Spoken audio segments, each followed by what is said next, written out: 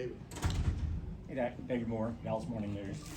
You talked before about building a home field advantage. This is 11 straight, equals a franchise record. Just what you did today and what this says about this team, kind of where you are right now. Which part? Whichever one you want. Yeah, I mean, obviously playing here, great environment, the fans, the atmosphere, place you're used to playing at, indoors. A lot of that plays a big part in it. Getting off to an early start, especially noon game, that was huge for us. And just on that streak, that's something that, the mentality of these guys. We've set our mind to, we're trying to work for something. Last thing we're gonna do is let somebody come in our house and take that from us. So credit to those guys, all those men, just coming in focused. Honestly, credit to Mike and the schedule that we're on that allows us to feel good in these home games. I think that's a huge part of it. And then, yeah, just momentum coming off of the bye week. Obviously, we did well out there out west 2 weeks ago, but we wanted to make sure that we continued to build, and I think we did that today. We wanted to take a step in the pass game. I know that was a point for Mike. Get some more attempts out there, and the guys did a great job protecting, getting open. Just a successful win, but as I said, started off just on all three phases with the start, and that's the credit to it, is the defense with the big plays, then with the touchdown, punt blocked. Yeah, guys are ready to go. Clarence, before we start talking, speaking of the start, it didn't start so well. I think you had 2 sacks, maybe 3 sacks, and they got turned away because of the illegal contact. Thank God for that. How did the script flip? I mean, from that start with the sacks, and then you guys had do so well in the passing. Yeah, I mean, I think that's an example of just like playing one play at a time. Obviously, it wasn't pretty from the first play to the third or fourth play, and then able to get that, as you said, that DPI, and then just get rolling or what illegal contact is. Each play, man, each play, you've got to be locked in. You've got to be ready to go. Just take it one play at a time, and then get the momentum, and don't think about the last. As shitty as it was, or it could have been. Just move forward, stay in the present. I think the guys did that. I mean, we could have easily put our heads down and started, pouting or griping or got down on ourselves after the first couple of plays. But first one, all on me. Second, whenever the next one was, just a schemer. They kind of got us. Then after that, and I think guys do a good job of talking to each other in those situations. I know the offensive line's talking. I'm telling them, hey, that's on me. Don't think that you missed a block or you did something. Like, move on. And guys did that. That we respond to each other, we communicate, and I think that's a huge part in it. And then when you're getting rolling, as I said, that's just the same thing as, hey, one play at a time. Like, just because it was good, doesn't think that, you know what I mean? Just stay locked in and focused, and we're able to do that all night. For the second straight week, Jerry said this was your best game. What kind of rhythm are you in with this offense? Let's make it 3 next week. Yeah, I'm in a rhythm. It feels good. It goes into, talked about the system. We've talked about it ad nauseum, I guess, going back to the spring, and things just really coming into play. A lot of preparation, being prepared for these games, for these opponents. A lot goes into it. And a lot of it's the other guys, so it's not just me. Yeah, part of playing this position, when other guys are playing their best, it makes you look good, and then you get, you're being told about you're playing your best. So we'll take it, but it's early in the year, we've got to keep rolling. As I said, we want to just keep taking this momentum, keep getting better and better, make sure that we're putting our best version of ourselves out there every week that we can, and that means taking a step. So, 5-2, I'm looking forward to taking a step next week on the road. Todd Archer with ESPN. You're over 80% completion rates at CD. Where does that come from? Work, a lot of work. A lot of time put into it. Talk about depositing the work and being able to withdraw it when you need to, and you can go back into the off season. From the time we started way back in, I guess, April, maybe even before then, in my backyard, to the time that we spent in the mini camp OTAs, to trips out to Atlanta. A lot of time invested, a lot of trust in that guy. He runs, he knows what I'm thinking. We're always communicating, and I think that's why when it's not going our way, it's frustrating, you know what I mean? Because we put so much into it, but he's right now, we're reaping the rewards of everything that we put into this, and it's just only going to continue to grow, because all that does is give everybody, himself, the whole team, play caller, everybody more confidence, and getting him in positions and allowing us to go to work. Saad Yusuf, The Athletic. Dak, you guys talk a lot about complementary football, all three phases. That spurt from 10-3 to 26-3, the Lamb's pick six, the block kick, Turpin's return, and your touchdown pass to Lamb. Just how important is that, and what did you see how the game turned from that point? Yeah, I mean, it was a lot within a few minutes, honestly, as you said, from the pick six, the block punt, 2 points there to another successful drive. They ended on a touchdown. Guys taking it one play at a time. I mean, I feel like I'm gonna continue to say that, but that's at the end of the day, that's what you have to do. That's what you have to do in this league. You look around the league and you watch how some games go, and you've got to understand there's a lot of ebbs and flows within one game, and when you can catch it when it's hot and strike the match, it's only going to get better. And that's kind of how this team is. We've got to use that momentum that the defense gives us, and they're going to use the momentum that we get, and both sides are going to feed off of the special teams. And so, as you're saying, that's complementary football at its finest when within a couple of minutes you flip the score like that, and now you get to do it. Now we get to do what we want. You know what I mean? Go out there and be aggressive on offense and allow the defense to hunt the quarterback and get after the passing game. And as Jake kind of grows into his role as a tight end, how have you maintained that trust in him, especially on that pass on the first drive for the touchdown, and his catch on that play too? Yeah, it was a hell of a catch, but there was a lot of trust. I mean, he said, talking to him afterwards, as soon as he saw that look, he knew, I was coming to him, and he went and made a big catch, and that's what it's about. That's how that trust continues to grow, continues to build. As you said, he's growing into that position. He's a guy. He's a big-time player. We expect a lot of him. This whole team does. Obviously, you saw as a captain today, broke down the team. He's got a lot of energy, a lot of stuff to bring to this team, and so for us, it's just about giving him more responsibilities and allowing him to really embrace that and know what he means to this team. And he's done a hell of a job at it, and he'll only get better. I promise you that. Garrett Podell, CBS Sports. Dak, you talked about wanting to get Brandon Cooks involved. He's 2 touchdowns in his last 2 games after not having any in his first 4. What has changed or evolved in your relationship with him in the passing game? I mean, he's a guy that's come in and done everything right from day one. As I just said a couple of weeks ago, that I just think he'll start reaping the benefits of the work that he's put into this, what he means to this team, and he's a guy that's played a lot of ball, has a lot of experience. That last touchdown, I didn't honestly know the conversation until afterwards, but that's a play that he went to Mike and told him, hey, I guarantee you this will work because of past plays of running something similar and complementary from that play that allowed us to take a shot on that deep B. So it's a guy that has a lot of knowledge, a lot of experience, communicates well, and that touchdown was huge. I mean, he did exactly what he said he was going to do. Said he promised Mike, hey, if you call this, it's going to be good. And from the time that play came in, I knew it was going to be good. That's a play that we've had success at going way back to the spring. Honestly, might have been the first one I threw him in training camp or even before then. And so, the guy does everything the right way. And he's going to continue to do that and be a big time player for us. And all the rest of the stuff just comes.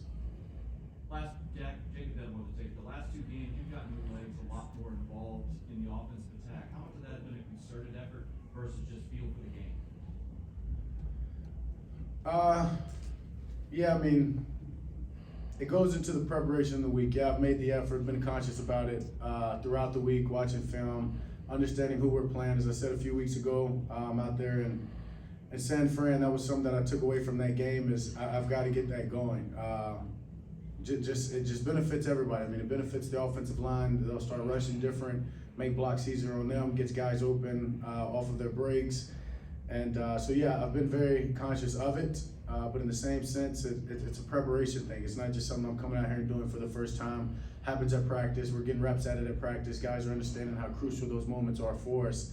And as I said, that's an extension of the play, and really the second play begins. And so, as long as they're giving me lanes, as long as that's happening, that's me listening to my feet as we've talked about, and playing the game. So it's a little 50-50. Dak Edwarder, ESPN. Yeah, no, I'm with you. As a guy over there was. Gotcha.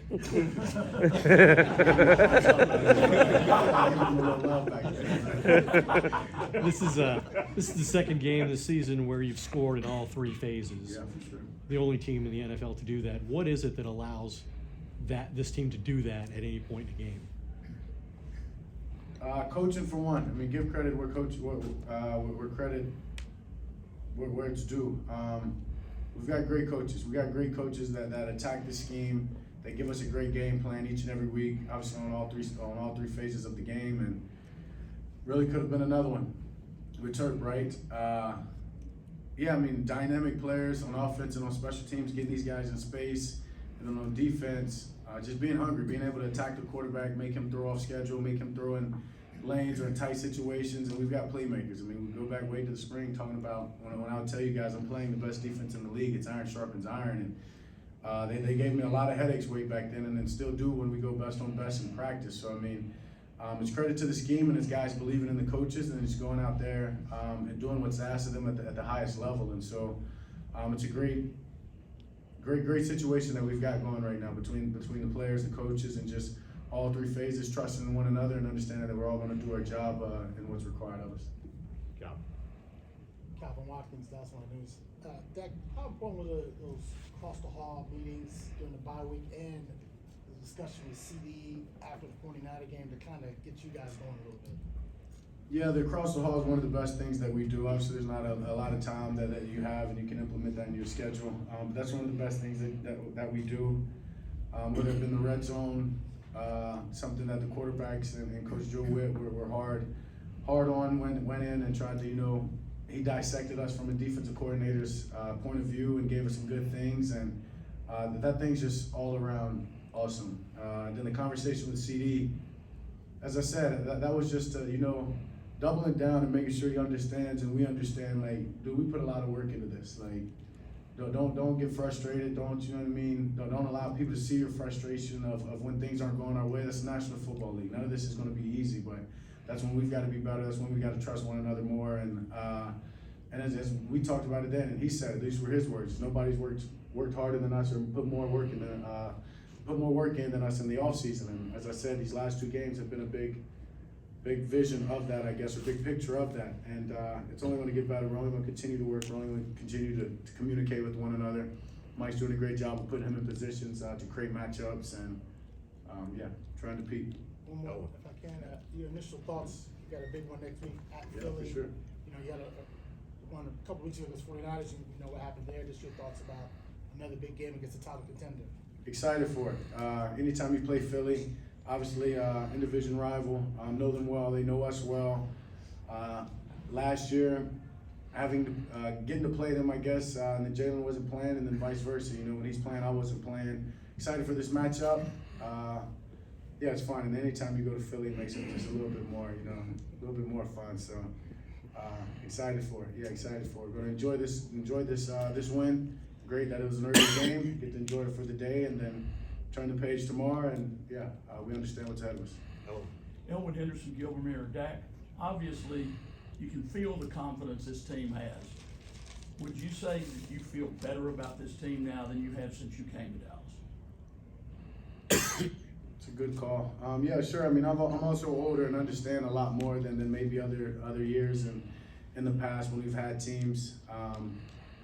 But yeah, I mean, there's definitely things that we've got to get better on. Things we've got to improve. A lot of meat left on the bone out there, and I guess you can say in a win like that, how's that? But red zone interception, a play here, a play there. There's always going to be a couple of plays that leave you scratching your head and losing a little bit of sleep over. But that's only going to make you get better. And as I always tell you, we're the biggest critics of ourselves. So we're going to continue to look at ourselves and evaluate, see where we can improve on our strengths and lessen our weaknesses. And so, there's a lot of meat on the bone left in this team. And but we're getting some big wins. We're doing it in a great fashion, complimentary.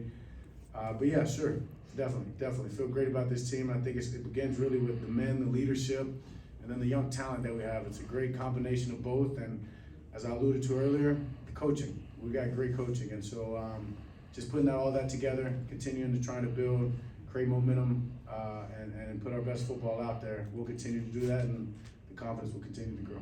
Last two, Patrick. Dak, Patrick Walker, DallasCowboys.com. Walking to the locker room behind Deron Bland, you said he's that guy.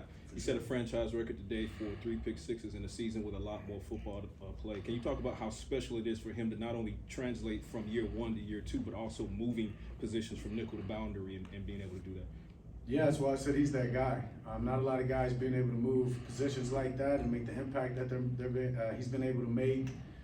Obviously, when you lose a guy like Trayvon, you know, people wonder. And then when a guy like that steps in and he says, "Hey, I'm here and I'm here to play," that's important. That's huge. And he's a mature dude. He's a mature man that prepares the right way, does everything throughout the week. You know, he's not a big rah-rah, even talks much, to be honest with you. But he does it within his play on the field, does it at practice. As I told y'all, from day one, going back to when he showed up, he made some plays on me that, you know, that you said, this guy knows what he's looking at. This guy knows what he's doing. He's confident in himself. He trusts breaking at the right time, making the right plays, and he's only going to get better. He's young, and because he's approaches the game the right way, he's only going to see more things that he feels confident in jumping. And on the other side, he's got a guy like Stephon to teach him. So he's been impressive, and this is only the beginning. Last one, Clarence. Last two.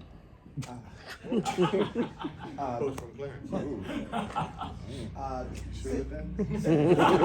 Seeing DeMarcus Ware going to Ring of Honor, what does that mean for you guys to see somebody like that going to Ring of Honor? Yeah, that's awesome. You know, coming back in from halftime, passing all those guys. Yeah, that was a cool moment in the sense, you know, telling DeMarcus congratulations, obviously knowing he went to the Hall of Fame this year, and then coming back out of half and seeing Charles Haley, Drew Pearson, Roger. Yeah, it's awesome. You know, it's special. That's a guy that I grew up being a Cowboys fan, watching and understanding the impact that he's made on this game, on this organization. So happy for him, proud of him. But yeah, I mean, when you see guys like that in the midst of a game, back and forth, you know, it can only spark something good in you. You know what I mean, and excite you a little bit more. And so it was cool for that moment, as I said, coming in and out of halftime, seeing all of those guys. Finally, going into the Eagles game, certainly we're going to build it up, you know, showdown, NFC. Are you? It's a big game, but I don't know, did y'all learn anything from the approach to the 49ers game? Jerry said he learned, he quit talking about it, but I don't know, did y'all learn anything from how y'all approach the 49ers game to take into your approach maybe to this Eagles game? I don't believe what you just said. Say it better, Todd. How can I say it better than you? But Jerry did say he didn't want to talk about the Eagles because he's learned his lesson, so. He didn't want to poke the bear. He didn't want to poke the bear, is what he said. Pour honey on me, I always say that, you know. If you see me in a bear in a fight, pour honey on me. So he can poke it, it's part of it. It's part of the National Football League. Whether we talk or not, we know what's ahead of us. Great opponent. Excited for it.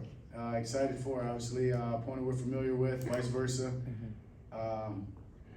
Yeah, I'm excited for it. I mean, I know you guys are going to build it up. Obviously, you know, it's part of it. It's your guys' job, and as you should in a big game like this, big rival, division game. Obviously, down the road, this game it means something. It will mean something as we get further down the line in the season. And so, trust me, the guys in the locker room, myself, we know what this game means. We're not going to compare this to 2 weeks ago. Obviously, yeah, we learned a lot about that, but not to say, in a sense, that's apples and oranges. You know what I mean? Like. It's a big game. Don't for a second, even want to compare that. To be honest with you, and I know the men that we have. I know how we're going to prepare. I know how we're going to approach the week, and yeah, it's a matchup we're looking forward to. I can promise you that in Philly. Thank you. Thank you.